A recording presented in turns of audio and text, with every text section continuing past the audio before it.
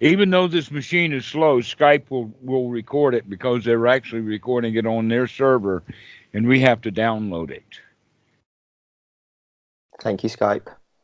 Thank you. Mm-hmm. Yes. So, um, the way to kind of get started um, with someone who has had a bit of experience is to go back and lay the foundation or the groundwork. And the groundwork that we have is grounded in uh, several different suttas. And that the first one that we start with is the Anapanasati Sutta. And the word Anapanasati actually means mindfulness of breathing. But now we use the word mindfulness, and that's the common word that is used for sati. But in fact, a better way of using sati is, in fact, the ability to remember. Like you set a kind of task for yourself, and then you remember to do that task, and then you do it. Like, for instance, I'm supposed to call somebody in 5 minutes, and then I remember to call them, and I call them maybe in 6 minutes or so, but I remembered to do that. That is sati, and it is a skill to be developed. And is also part of the Eightfold Noble Path. So that very one beginning thing of sati takes super duper prominence in the entire way of doing things. Is the number one skill to be developed is sati, to remember, to remember, to remember. So in the beginning, what we want to do is to find a way of making that ability to remember easy. This is what meditation, sitting meditation, is all about, is getting ourselves secluded, getting ourselves away from the world and all of the obstructions and instructions and everything that comes through the sensory world, to try to seclude ourselves from that, so that now the only obstructions that we have to deal with are those that are coming up in the mind in this very moment. Just a few. Yeah, just a few, one after another, one at a time, one obstruction at a time, and that's all that we need to recognize, one at a time. So, sati being the first skill that we have to work with means that we have to remember to come out of whatever the mind was doing and come back to watch the breath. Now, in this regard, we've already decided that watching the breath is a good idea.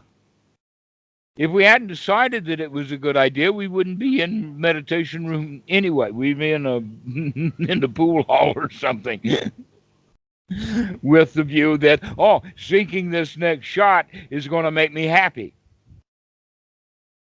But no, we're not. We're in the meditation hall, and so we have the idea or the right view that it is better to start training the mind. So we now have actually two of the Eightfold Noble Path factors in play, right view and right sati.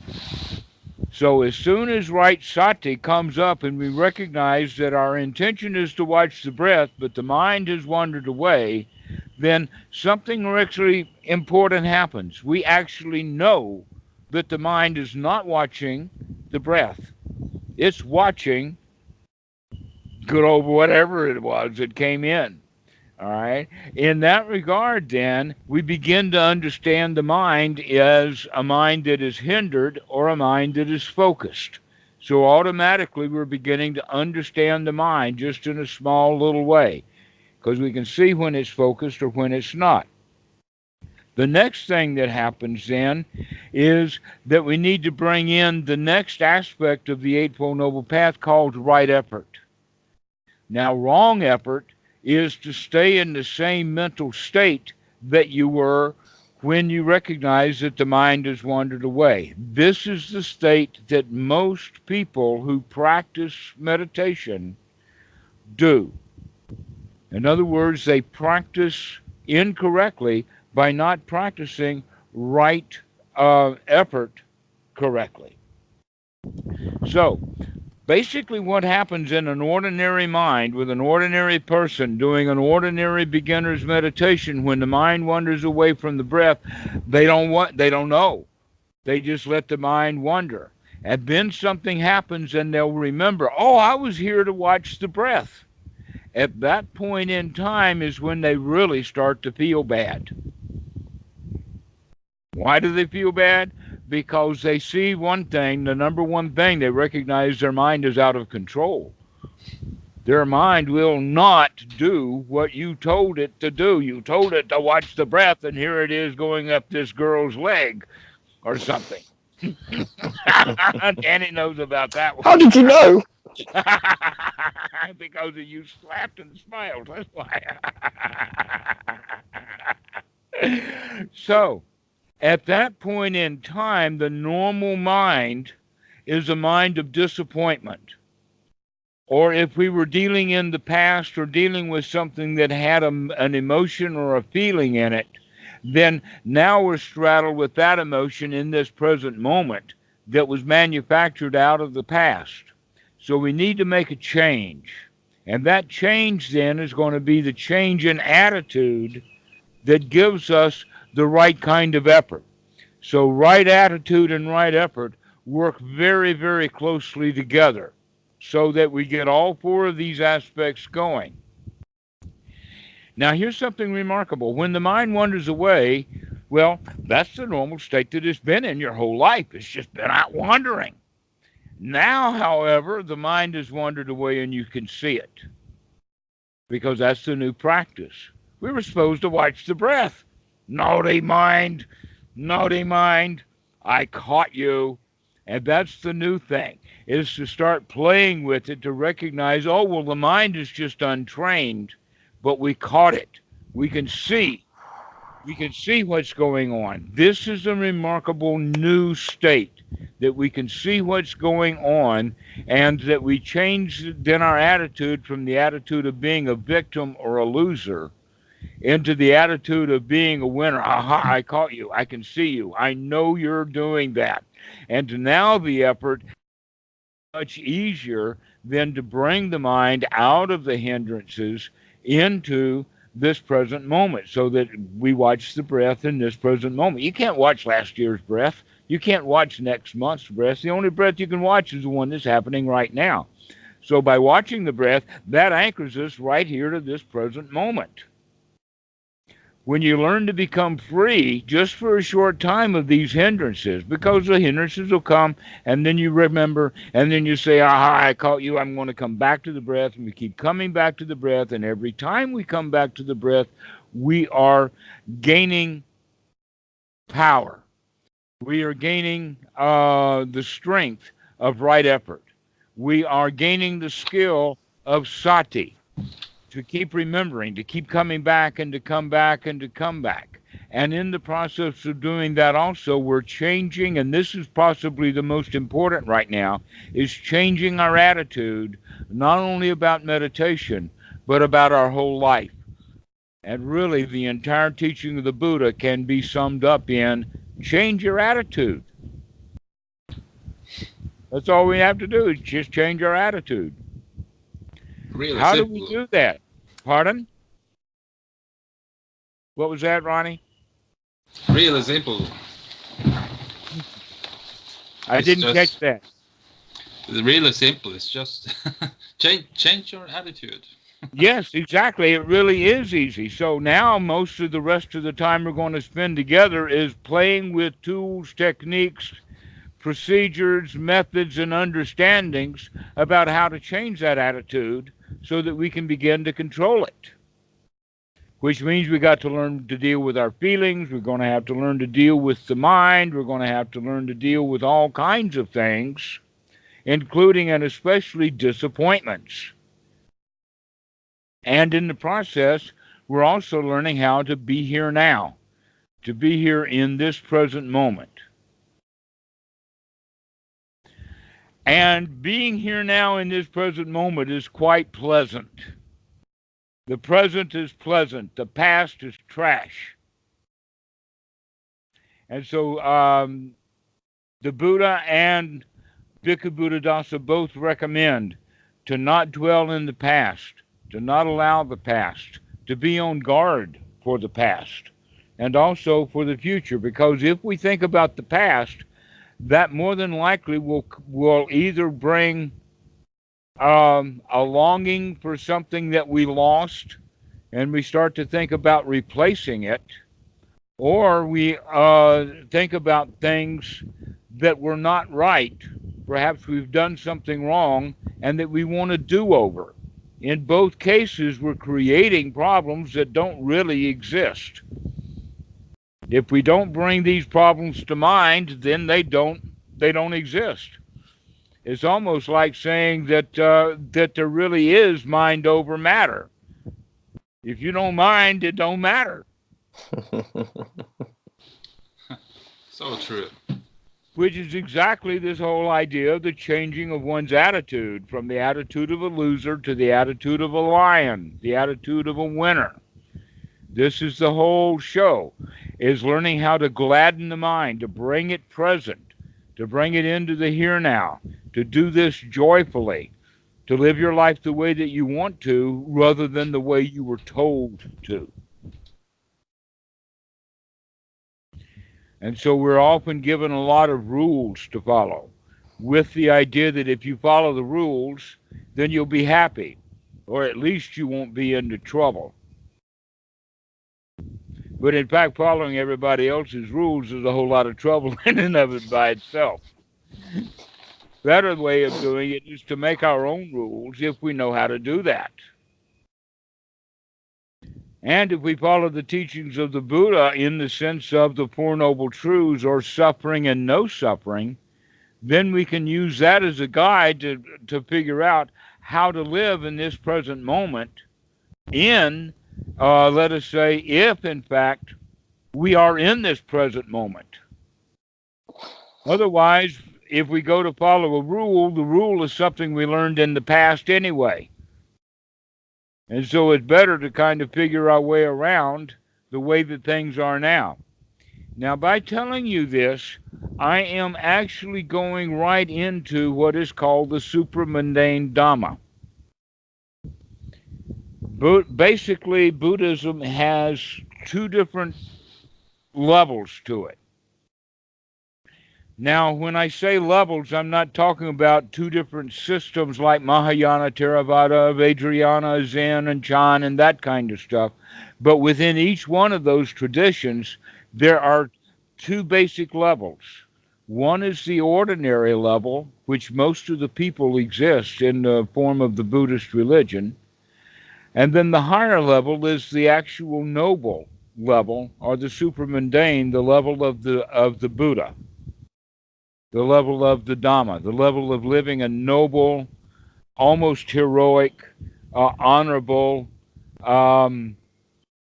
enjoyable life that is well thought out, well planned, well executed, and well enjoyed. This is basically the way that we're going to be looking at it. But it always has to be done in this present moment. That nobility is not something that I'm known for in the past, is something that I practice in this moment. So, in that regard, there are two different Buddhisms. The Buddhism, let us say, of the ordinary people, including all of the children of the village. And then there is the noble Dhamma that has to be based in wisdom. And so in that regard, we have things like precepts and whatnot that are in the normal method of Buddhism that they teach the children. But eventually we recognize that, oh, wait a minute, these precepts that they teach the children are actually part of the Eightfold Noble Path, and that they have to be done not because they're a set of rules with perhaps punishments or repercussions, but rather that we follow them because of our own internal wisdom, our own, as it were, conscience, that we can see what's the right way to live and what's the wrong way to live. But we can only do that if we're actually looking and seeing right now. So that looking and seeing right now then becomes the first aspect of the Eightfold Noble Path, and that is noble right view. Noble right view is the ability to see the way things are, and that another way that we can look at it is to continue to investigate. Your word is a little bit different than that, but it's the same thing. To explore and to investigate are the same thing. Now, one of the things that I kind of got from you when you were talking about that was in the idea of exploring various methods, various teachings, various teachers about Buddhism and meditation and that kind of thing. And what I would like to do is to get you to change your attitude, haha, or your frame of reference into it's not various teachers and teachings that need to be explored, it's your own mind that needs to be explored. That's what's worth exploring, is one's own mind, to find out really what's in there. Because a lot of what you think is in there is just a bunch of horse shit, a bunch of stories that have been told by your teachers, your business leaders, your preachers, your religionists, and especially your politicians and government. Can't argue. And, pardon? Can't argue against that. Please slow down a little bit so that I can hear you better. Sounds very true to me. Yes, exactly. A lot of horse shit. Exactly so. Exactly. Well, it is in fact so powerful that the Buddha actually talks about it in a very important way. One, he's got a particular label for it. And number two, he actually posted it as one of the 10 fetters. And the third one is that he also posts this as one of the underlying tendencies. Now, when the Buddha is talking about underlying tendencies, there's various ways that word or term is used. But a really excellent way of looking at it is with the concept of the human being with the 4 primary instincts. If we can see the 4 primary instincts that we have, we can also fit exactly together the 4 modes of clinging. Well, one of these 4 modes of clinging that we have is the clinging to rites, rules, rituals, etc. like this. And this comes from both nature and also from our childhood, when we get the idea that I'd better do what I'm told or somebody's going to hit something on my body. And so this is where that kind of belief system comes from, but it comes deeper than that. It comes deep within our DNA. You can imagine that the way that, for instance, mostly mammals sleep together in nest. Wolves sleep in a particular nest. Certain groups of monkeys will build a nest in a tree that have a whole lot of leaves, and then all of the monkeys in that little troop will come and sleep in that particular nest. These nesting instincts begin to have rules. Somebody's going to have to be the boss in this nest. That a nest may be a safe place from the outside world when all of the predators, but the nest itself is not a safe place unless they become socialized. So human beings have become socialized because of the instinct that come out of our deep past of being mammals and socializing together like this. Now that's actually great benefits to it. It makes us really human. But it does give us a problem in the sense that we overly attach to rites, rules, and rituals and begin to do things that we're told to do without any wisdom at all. So what we need to do is to start looking for ourselves as to which rules are worthy of being followed and that the way that we use that quality of worthiness is by deciding for ourselves, is this the right thing to do or not? Because often if we follow the rule, it's going to wind up in suffering. Okay. So in this way, the humans are now attached to doing things the way that they were told to do it. And that the Pali word for this is called Sila Bhatta Paramasa. Now, it's interesting because the word Sila actually means virtue. And in many, many traditions and in many respects, Buddhism is taught in the form of Sila, Samadhi, Panya. We start with Sila. We start by giving the kids a bunch of rules that we call precepts. We don't rightly put out the distinction between what is a rule and what is a precept, and that then we need to have a law of karma to back up these precepts, in the sense that if you do something wrong, for sure, sometime in the future, you're going to get kicked in the ass for it. But if you do something good, then sure as shooting, sometime in the future, you're going to get rewarded for that. But that's not the way that the Buddha taught. That is, in fact, a religious way of looking at it. That the Buddha was much more practical with the idea that karma has to be based in cause-effect relationships.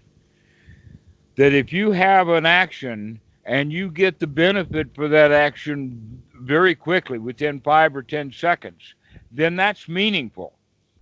But after 5 or 10 seconds, that now the possibility is going to start to rot quickly. An example of that, by the way, is if you work for a living, there's actually no guarantee you're going to get that paycheck. A lot of times people work thinking they're going to get a paycheck. They don't get paid. The company goes out of business, or they get cheated, or they have trouble cashing the check that they got, and they wind up having to lose a lot of money. People do not get value and fairness. It's not built into the system. And if we can see that and deal with it happily, we're okay. If we see that and we hate it, now we've got two problems. One, we're getting cheated, and two, we don't like it. So that's the way that we have to see the world, that the world itself is not going to be a place, a satisfactory place to get the solutions to life problems. That in fact you're going to have to revert back to good old ever this one. That we have to recognize that the second noble truth is really, really profound. That second noble truth is stating that suffering comes from basically feelings. Feelings that go awry and wind up liking becomes greed, becomes desire. And that with ignorance, the feeling of not liking winds up in anger, resentment, frustrations, and things like this. What this little teaching is doing is that it's changing that entire frame of reference from I am a victim to the outside world into I am a victim of my own mind, and I'm going to stop doing that. That's the teaching of the second noble truth, is I am going to stop the suffering that I create. Because if I can stop the suffering that I create, then I will be free from suffering, because all suffering is created within one's own mind. That's the teaching of the second noble truth. In a way, it's teaching responsibility. And so a lot of what you'll learn along your Dhamma path will always reflect back to this second noble truth, and always put things right back on ourselves. That when the mind wanders away, whose mind is it that wandered away? It wasn't the guy sitting next door. It wasn't. I can't blame him on my wandering away, even if he's coughing. I can't blame him for the fact that I don't like him coughing. It is my stick. I've got to learn to deal with my own pain. That's the very, very first thing that students need to learn before they can make any progress in meditation, because that's actually part of the very beginner's right noble view that I phrase as the Margaritaville song. Danny is smiling. He remembers that. Do you know the Margaritaville song, Ronnie? I don't. You, I don't. no, you don't. Okay. Basically, the song is about a guy that's sitting in Mexico and his girlfriend left him and he's wound up with a tattoo and possibly something that he got from a girl that night.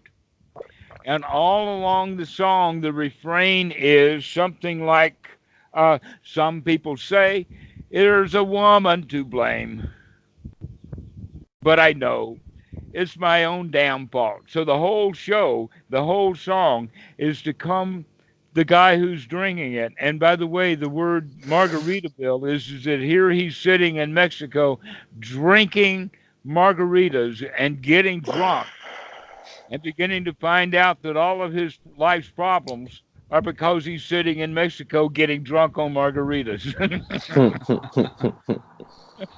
So And kind of like living.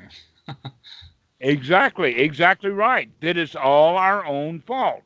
We create our own disaster, every one of us. So the question is, how can we stop doing that once we recognize it through the overall arching idea of right view? If we kind of get the idea that all of the blaming and all of the suffering that I've been doing, that I've been blaming someone else for, I didn't have to do any of that stuff. I could have just accepted the responsibility for it in the first place. Once we have that overall arching right view, then we begin to point it out in particular points of time, in particular items, and say, yep, there it is. Yep, I see it. I've got it. Those are moments of sati. Those are the moments when the Eightfold Noble Path starts to come together for each student as he's beginning to watch the mind. So that just in the beginning, when you start to watch the breath and recognize that the mind has wandered away from the breathing, and then we see it, and then we take the right attitude and the right effort to bring it out of the mental state and back to the breath. That one little sequence that I've given you is going to be actually the secret to one's entire life. Because no matter how messed up your mind is, or how strangely it's messed up to the point that it's extremely difficult to see that weirdness in there, still, you can see it. If you look for it, you can find it, you can see it, and you can see it over and over again. And that's the important thing, is to be able to see the stuff. Because once you can see it, you'll be able to do something about it.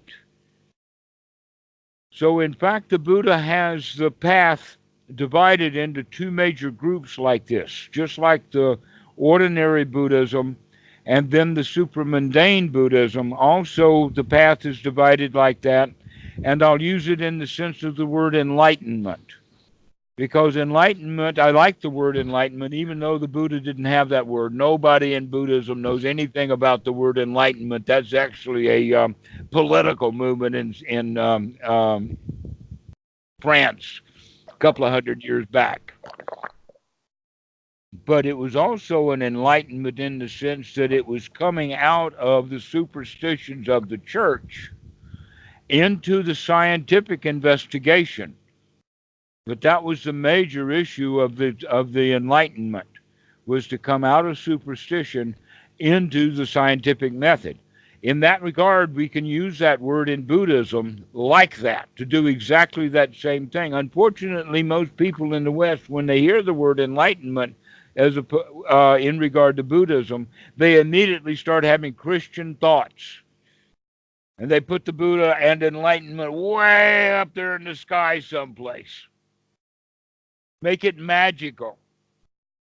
To where, in fact, it's not. Enlightenment is not magical. What it is, in fact, is the change of attitude from the loser, the superstitious, this magic happened because that over there happened kind of mentality, into the winner's mentality of, this is my responsibility, I can do this. That's the new kind of way of doing it, just like coming out of superstition into scientists.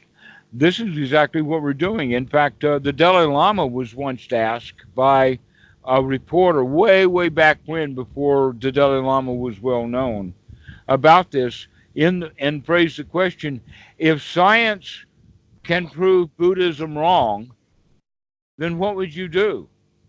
And the Dalai Lama's answer to that is that I would really, really investigate before I threw out the Buddhism to make sure that it was wrong. But if science says that it's wrong, then it needs to be investigated. Now, Christianity is not going to do that. They'll throw out science in an instant if it doesn't agree with whatever stories they've been telling themselves. So in this regard, the teaching of the Buddha is very scientific. So all we have to do is start investigating, start exploring, start noticing, start watching. And when do we do that? Every time you remember to do that. Every time you remember to do that. So you can take on, in this regard, your idea of exploring is just merely a method of saying this is one's right view. Noble right view is to start that exploration, look at what's going on, keep noticing it, and congratulate yourself for everything that you find. Because you're going to find a lot of stuff in there, and a lot of it you are not going to like. Unless you know how to change your attitude about it. And this is the way. If we find something that we don't like, at least we can be happy that we see it now, because a moment ago we couldn't see it. It was there eating our leg off, and we didn't even know the alligator was on our leg. And now we can see the alligator. Why freak out about an alligator on our leg? Be happy that we can see the darn thing while it's eating us alive. So this is how we have to do it. In fact, there is a story about, what was her name? Gloria Steinem, who was one of the feminists, and she was a well-known author on the New York Times. And they gave her, let us say, credit for this line, but she says, no, it's older than that. And it's a redo of something that Jesus said. Jesus said, ye shall know the truth, and the truth shall set you free. But Gloria Steinem says, oh no, we need to add something. Ye shall know the truth, and the truth shall set you free, but first it might really piss you off. And in fact, you can see how that operates right from the very beginning when the mind wanders away from the breath. And we see that we don't like it. The truth is, we're not watching the breath. The truth is, we gave our mind orders to watch the breath and not doing it. And we don't like that. So Gloria Steinem was right. But how can we, in fact, allow then the truth to set us free is by stop attaching to the lies we've been telling ourselves and get with the truth. So if the truth is the mind has wandered away from the breath, say, aha, I can see that. And that's where the joy comes in. And we need to practice that over and over and over and over and over again, because you have not been giving yourself enough joy. And the way to gain joy is through the feeling of success. And so every time you can see the mind wandered away from the breath, you can feel good because you saw it. And slowly you begin to gain the confidence that I can do this. Eventually you'll come to the state of understanding that no matter how obstructed the mind is, I can still clean that stuff out, come back to this present moment, and enjoy the moment. Let's say that we had a fight with a girlfriend, or that we've got a daughter in the hospital, or that we just had a great big automobile accident. Those are the kinds of things that will set the mind to worry. The question is when the mind gets worried on some of these big, heavy things, can we clean that stuff out and still give ourselves many moments of rest, many moments of peace? And that when that big event comes back again, then we can throw that back out of the mind. Possibly with the idea that, yeah, the daughter is in the hospital, but me worrying about her here at home is not going to make her better. So why worry about it? If I need to do something, I'll go do it. But if I'm not actually seeing something that needs to be done, then it's better not to think about it. It's better to come back to the present moment and forget about the past. It's hard to have It's hard to have a daughter in the hospital in the present moment unless you're in the hospital with her, and that's a different scene. But once you leave the hospital, now the daughter in the hospital is part of your own past. Better to stay out of it. You see what I'm getting at? Yeah, good. Guys, I'm going to go. All righty. Thank you, You Dhammarato. will certainly be in the past in just a moment. So in the present moment, bye-bye. Bye-bye. Nice to meet you. Now my image should come up for you.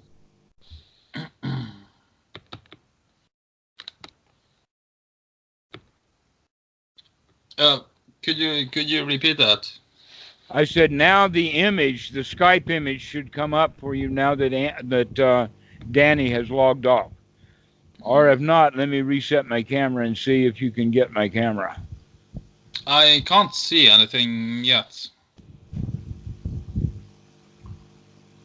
All right, so the problem must be on your end because the image here has both of us, and that I turned the camera off and it did it, and I turned it back on and it came back on. So I'm not sure. So anyway, what we're talking about is the beginning of the path for the meditator is actually the beginning of the Eightfold Noble Path. They're interrelated. They're interconnected. Right from the very beginning, we need right view. We need right sati. We need right effort. And we need to change our attitude to the right attitude. The attitude of joy. The attitude of enjoying your meditation. This is an important point, and I ask my students every time they call, how's your meditation? And I'm looking for a response. And if it's holy whopping, what a day I have had, then that's a different response than, oh yeah, it's okay. But a small question. All right. You speak about joy and enjoying my session, and what if I enjoy investigating or exploring uncomfortable experiences, like it's better to only have uncomfortable experiences that are happening in the here now. If you have an uncomfortable experience that you're exploring from the past, you're not going to do yourself much value. You're not going to gain anything out of that. All you'll do is you'll wind up feeling bad and giving yourself some job or task to do. That it's better to kind of leave the past alone, to stay out of the past, and to constantly, as often as you can remember, to come back to right now, to come back to the present moment, to come back and use Anapanasati, the mindfulness of breathing, as an anchor to keep coming back to this present moment over and over and over again, so you begin to develop the skills of sati, effort, right attitude, and most of all, overarching right view. And as you continue to practice, your right view will become more and more refined and more noble. And we'll eventually talk a lot about noble right view. But in the beginning, the right view is right. It is correct in the sense that, in a way, you're recognizing suffering. If a student cannot recognize any suffering at all, then he's got no reason to call. But if we can recognize some suffering, then the next part of right attitude is, and yes, I am not doomed to this suffering, we can come out of it.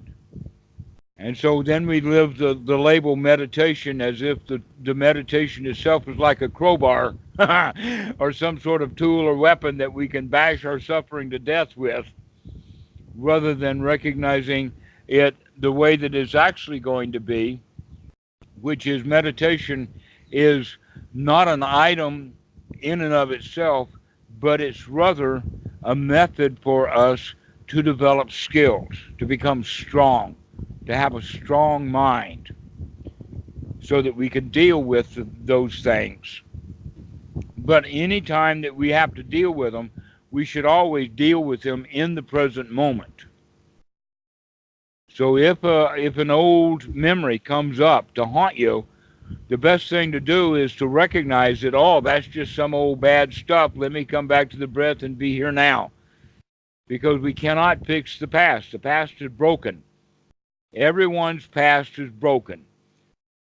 No one has a past that they're proud of. No one. Everyone wants to fix their past. Even if they're at the 99 percentile, they still want that extra 1%. Everybody's got trouble. And the best thing for us to do is to stop the habit of being in trouble mentally and start having the mental attitude of everything is good, everything is fine, everything is joyful, leave it alone, it's already. That there really is nothing to do, and there really is no place to go, and there really is, everything is good. But our society tells you, oh no, we've got to fix what's broken. And we've got a long list of what's broken. There's nothing broken. The only thing that's broken is our attitude. That's what's broken. Yeah, I feel you hit the nail on the head.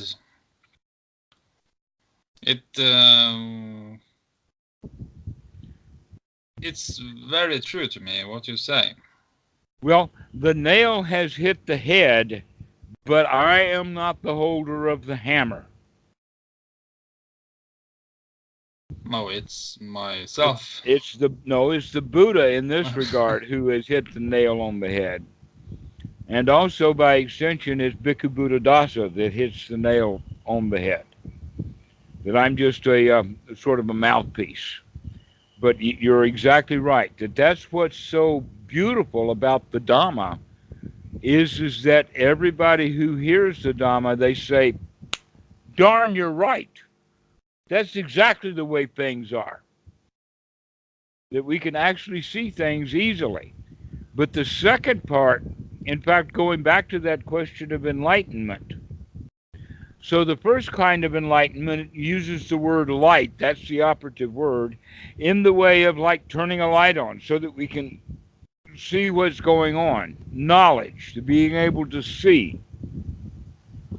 But the second quality of the word enlightenment is the word light used in the sense of no longer heavy, no longer burdened, no longer carrying a burden that we have had to be carrying, and that the only way that we can be free from the burdens that we were carrying is by seeing them.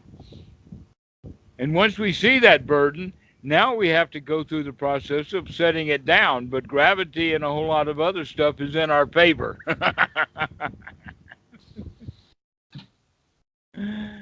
that in fact the only thing that we need to do in the beginning is kind of what they call let go. Because the Yeah. first seeing is that, is that we can see that this is something that we're clinging to. Let's let go. And so that's the very first start of the teaching of the Buddha, is the letting go of whatever it is that we're clinging to. And there are four modes of clinging. And one of them is clinging to rites, rules, and rituals, which we've already talked about. Another way of clinging is, though it's listed as the procreation instinct, and normally we think of it as sexuality, but it's much broader than that, because it has to do with the appropriation and procreation of tools, weapons, all the way from a stone to a cell phone. From the stones that we used to crack open a bone so that we could get the mirror out of it, all the way to the cell phone. That's just an instinctual, trying to take instinctual advantage over the things that we can manipulate with our hands. The third one is the territorial instinct that has rotted away in humans down to the idea of a passport, so that we can go physically where we want. To where the dogs here, they're very territorial bound, which means that they stay inside their territory. But we humans have subjugated this to a mental territory, so that we have views. The view of Democrats are better than Republicans, or Germans are better than Russians, or this religion is better than that religion, or I am of this group, I am of that group, I belong to this group because they have this flag or banner or icon. And that when we attach and cling to groups and things like that, then whatever that group has, the vagaries of that group, all of the problems and all of those good things and all of that, they go up and down. If I'm attached to that group, then when it goes up, I go up, and when it goes down, I go down. And I'm a complete victim to whatever I cling to, in the sense of views, ideas, groups of people, organizations. So that as a Buddhist, we even start dropping the word Buddhist. So that's just another label. But we certainly do not identify with Mexican or Panamanian, and eventually not even Norwegian. That's just another label. That at best we can do is human. So as we start dropping our views about what's good and what's bad, you can begin to see how dangerous that is, especially if people are attaching to, say, a sport team. Yeah. So that this group of people likes this particular sport team, that group of people wind up liking that sport team, and so all of a sudden they're at the same bar at the same time, and we got a war. Because of a label. Because of a label that we attach to, because of an idea, because of this is who I am. And that comes out of the territorial instinct of staking my territory or staking out my identity of who I am. And when we begin to see that we attach to various groups like that, we can begin to say, oh no, that's just in the past. I'm going to let that go. I'm going to be here now. I don't need that group. I don't need their vote. I don't need to feel bad when they win an election, or good when they lose one, or anything like that. We can just say, I'll leave it at best as merely entertainment. I've got more and better work to do. What is that? Investigation, examination, to start watching what's going on in the mind with the idea of locating suffering and removing it every time we can see it. And when do we do that? Every time we can think of and remember to do it. That's one of the things. In fact, let me say it like this. The world is filled with good ideas. There are 10,000 good ideas. Even Christianity has some good ideas. Even Islam has a few ideas. I like the Buddha's ideas better, suffering and no suffering, the Eightfold Noble Path. That's the one that I'll use. But it doesn't matter about the ideas being good or bad themselves. The question is, can I remember to apply that good idea right now when I most need it? Because mostly what happens is people in the heat of the moment will forget about the good idea that they need to apply right now. And so they wind up creating suffering. So if we can figure out what are the good ideas to follow, and these good ideas, by the way, would be one's right view, then the most important thing is to have sati to remember so that we can apply these right attitudes and these right ideas just when we need them most.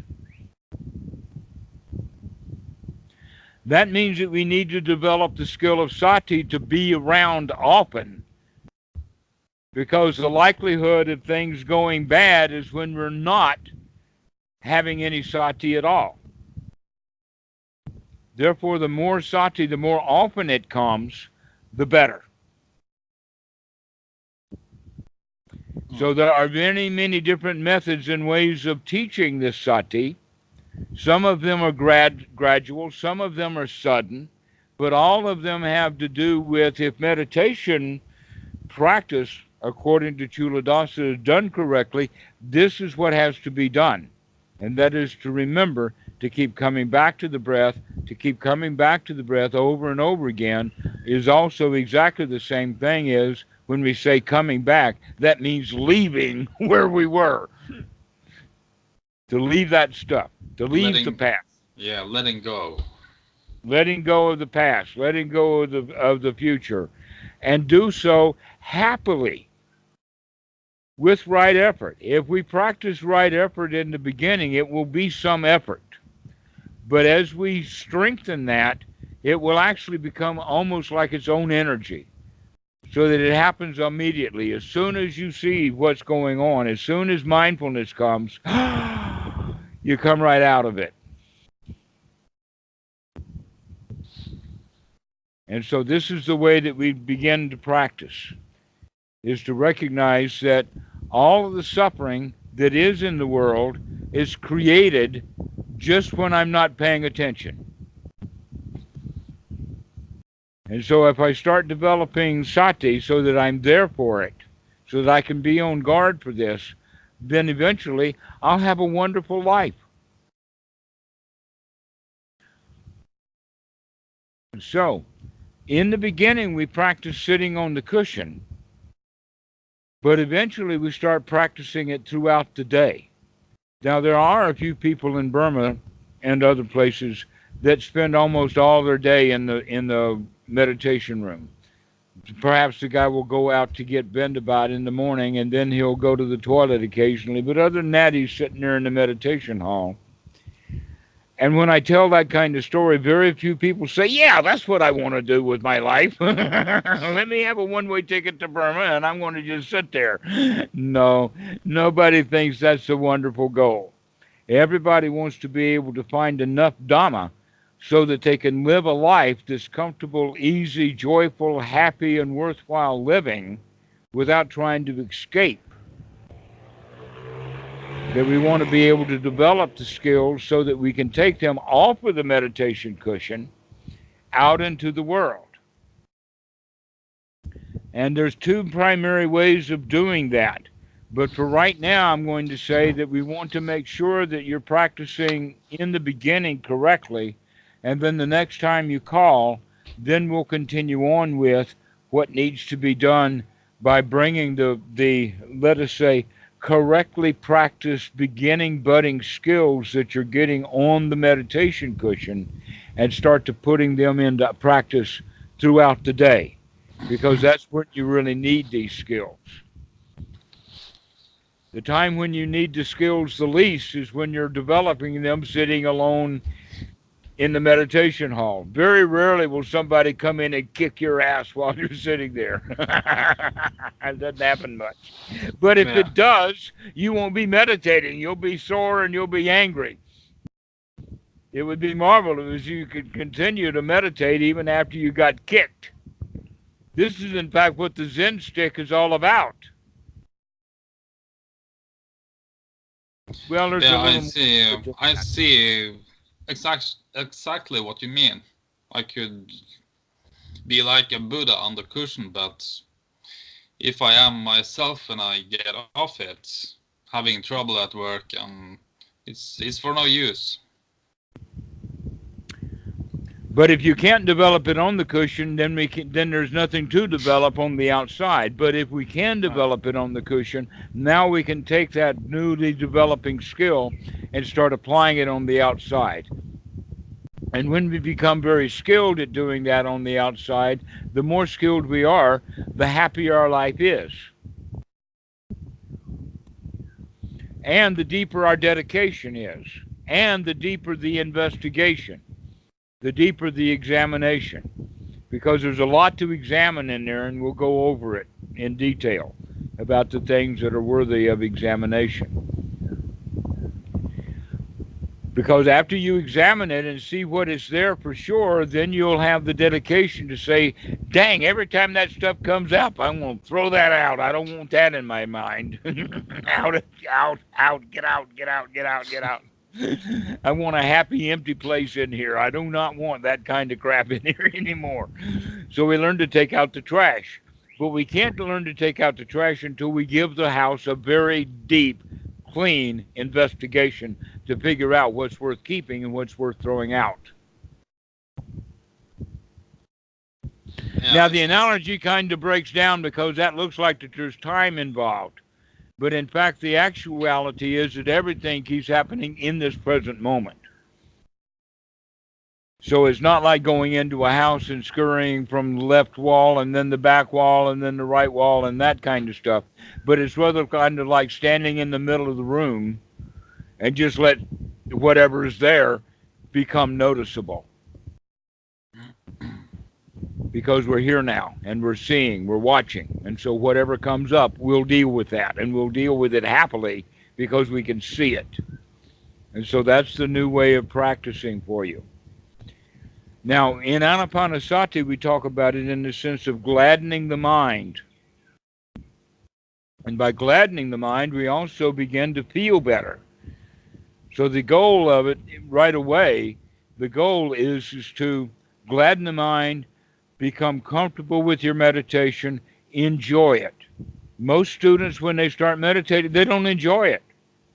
Why do they not enjoy it? Because they're not practicing properly, and because of the issue about you shall know the truth, and the truth shall set you free. But first, it's really going to piss you off. And so we have to get beyond that, and the way to get beyond it is with joy. Is say, yeah, I'm going to see some things in there I don't like, and that's going to be really great. Because only by seeing them am I going to be able to get them out. Yeah. Okay? So I offer you now to go and sit for a while. And every time the mind wanders away, grab that thought out, throw it out of the mind and say, aha, I caught you. And then come back to the breath.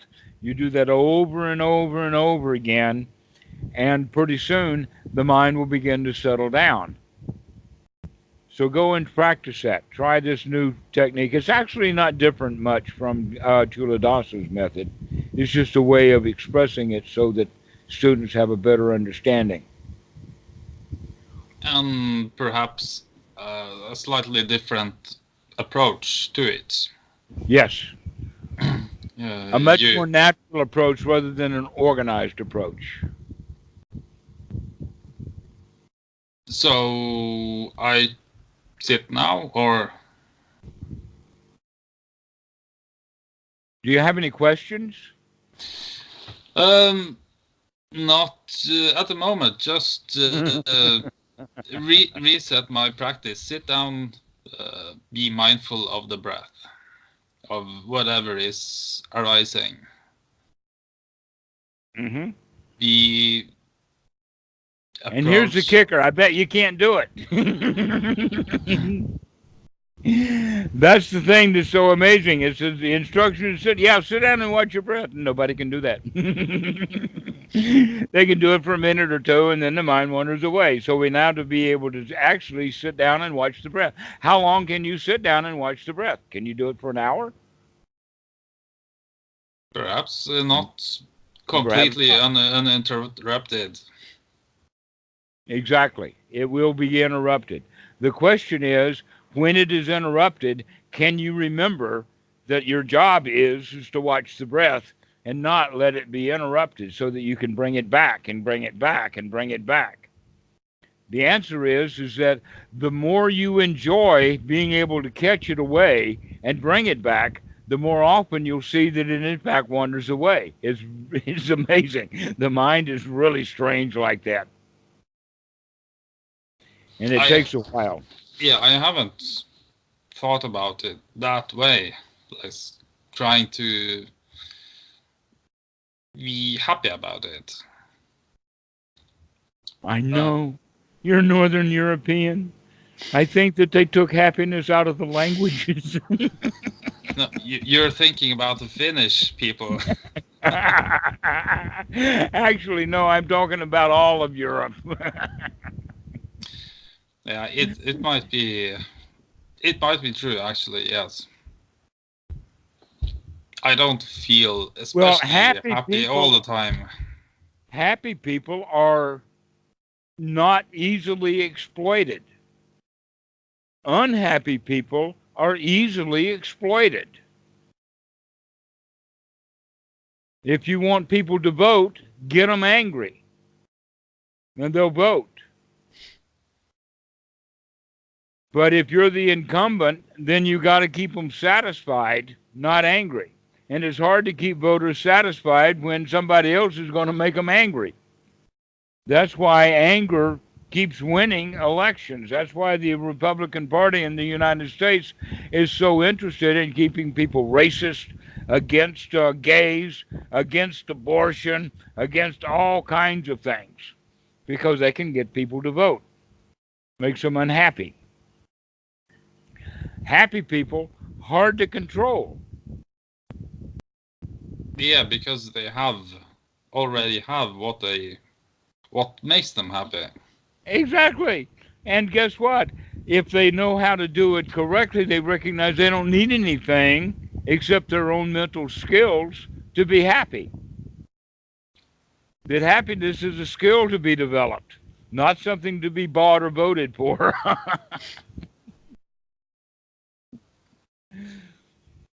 And so this is the way that we're looking at it, that happiness is a skill to be developed. Sati is a skill to be developed.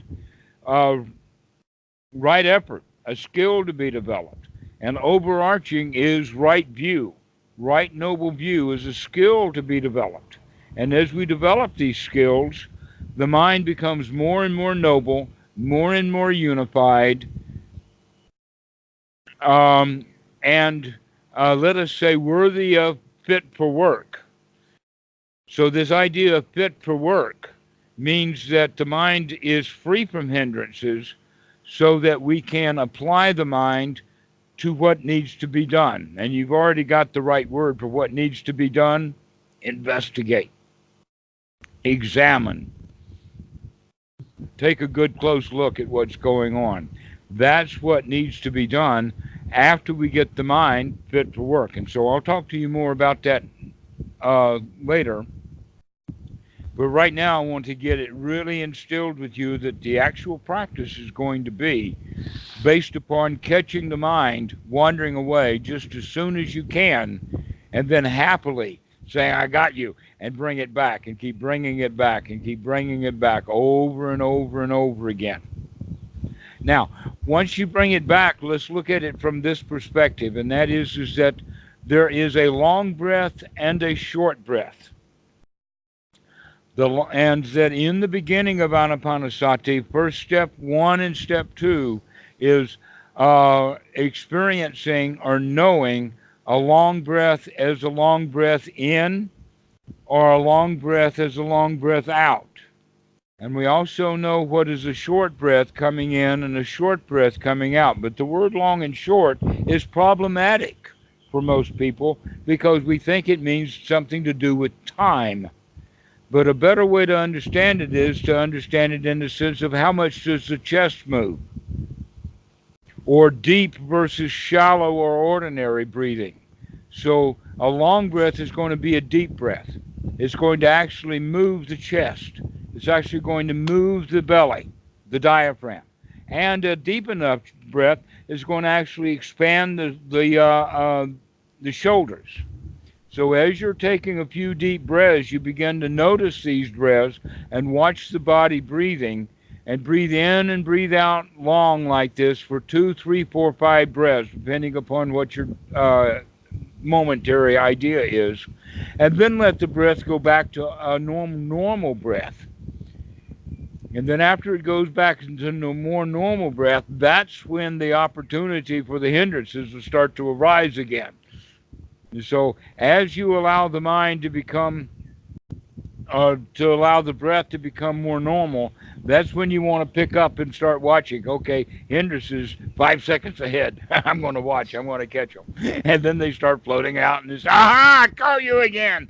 And then we come back and we do the long breath again and the short breath again, making sure that we're adding joy. And we're adding, most importantly, this quality of can do. I can do this.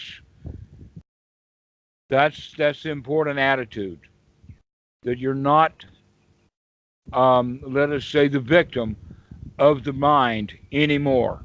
You're going to be the champion of the mind. You're going to learn to train it so that it does what it's told to do rather than floating off wherever it normally goes. I don't even understand why they don't teach this in school, but they don't. Politics. Exactly. Wrong view. Everything. Exactly. Okay, well, if we've got this straight now, let's go ahead and end this conversation. And basically what I'm looking at nowadays is that the students will normally call about once a week. Yeah, But you could call anytime you want to, but for a while, once a week, and then when you really get the Dhamma correctly and you know what to do, then you don't have to check in so often. Yeah, it fits very well with me. Your time is 5 hours ahead of mine, so it's around 5 p.m. in Thailand. Yes, getting close to 5. Yeah, so for me, weekends are pretty much the only alternative. Or else, That's okay. Yeah. I'm normally kind of busy on the weekends, but it's okay. If weekends is your best time, then feel free to call on the weekends. If I'm up early, I might be able to get in an hour before work. So it's Okay. like your lunch time. All right, we can do that. So we'll see you again soon. Yes. Enjoy your new practice. Nice not seeing you this time. Perhaps next time. All righty. Yeah. Bye. Bye-bye.